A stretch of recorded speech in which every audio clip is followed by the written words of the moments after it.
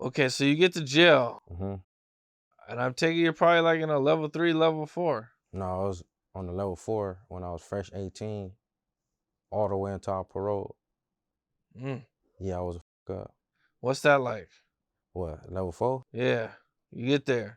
Shit. You're only 18 years old, you said. Yeah, I was When you 18, 19 years old, you get to prison. That's pretty young. yeah, Level 4. for sure. So you're in there with, Yeah, the serious, serious, serious motherfuckers. yeah, it's for real. But I was blessed to hit the yard with one of my older homies and shit that was already down like 20 years.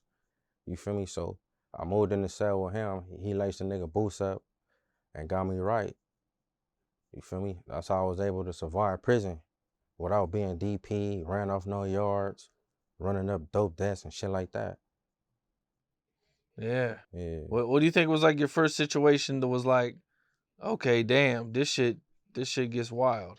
My first yard, I seen a white boy get stabbed.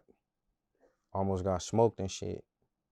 Then my second yard, I had a squabble with one of the homies and shit. Cause blood like was trying to run a certain type of program that nigga I wasn't with. You feel me? So blood try to go behind my back type shit and get at the YGs like and try to make it seem like nigga I'm running my own program trying to get me DP and shit. So I called Win and I got at him about it. You feel me? On the yard and shit. And we laid that mother down. I'm sad. Yeah. Do you end up going to the hole? Nah, that's just a mutual combat. Okay. Yeah. Okay. Nah, you just sign the chronos and shit and then they put y'all back on the yard. Okay. Now you're in there, and so what was your original sentence? My original sentence, it was murder and 3 attempts, but I ended up getting found guilty for manslaughter and a gun charge. Okay. And how many years did they originally sentence you to? They gave me 11 years for the manslaughter, then they gave me a 10-year gun enhancement. But I even caught time in prison and shit, like 4 years. But I ended up getting released like on my 13th year because I caught my case as a juvenile and some laws had changed in my favor. That's how I was able to get out. I supposed to still be in there right now as we speak. A lot of laws been changing. Yeah. A lot of guys have been getting out. Yeah.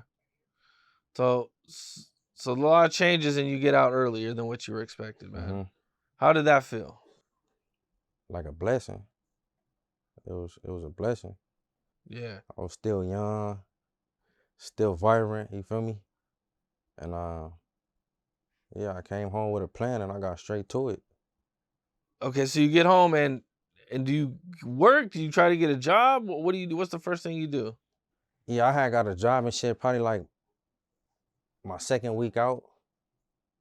Then I got my own apartment and shit, probably like another week or so after that. Yeah.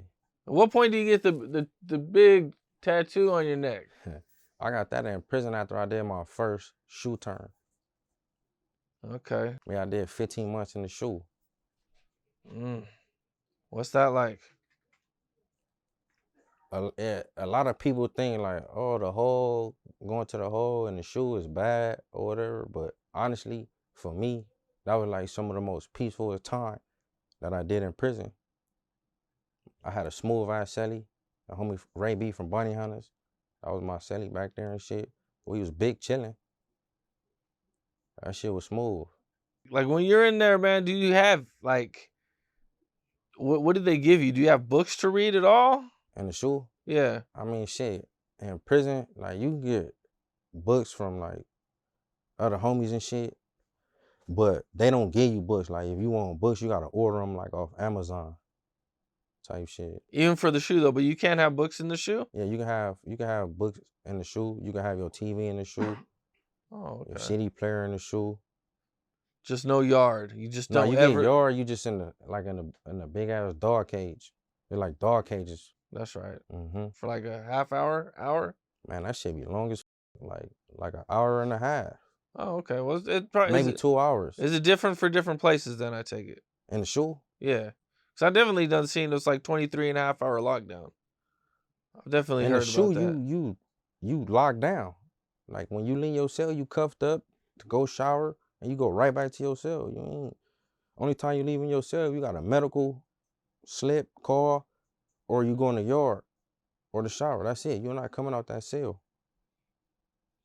Right. You were just talking about the cages that they. Yeah, on the yard. Right. Right. Once a day, right? Nah, that shit be like probably like every other day or like 3 times a week type shit. Yeah, Gotcha. yeah, Okay. And so you said that was the most peaceful time yeah. For me, that 'Cause shit it- was smooth. no, not a lot of people to get into it with, I guess. It's more or less like you ain't gotta really worry about the politics.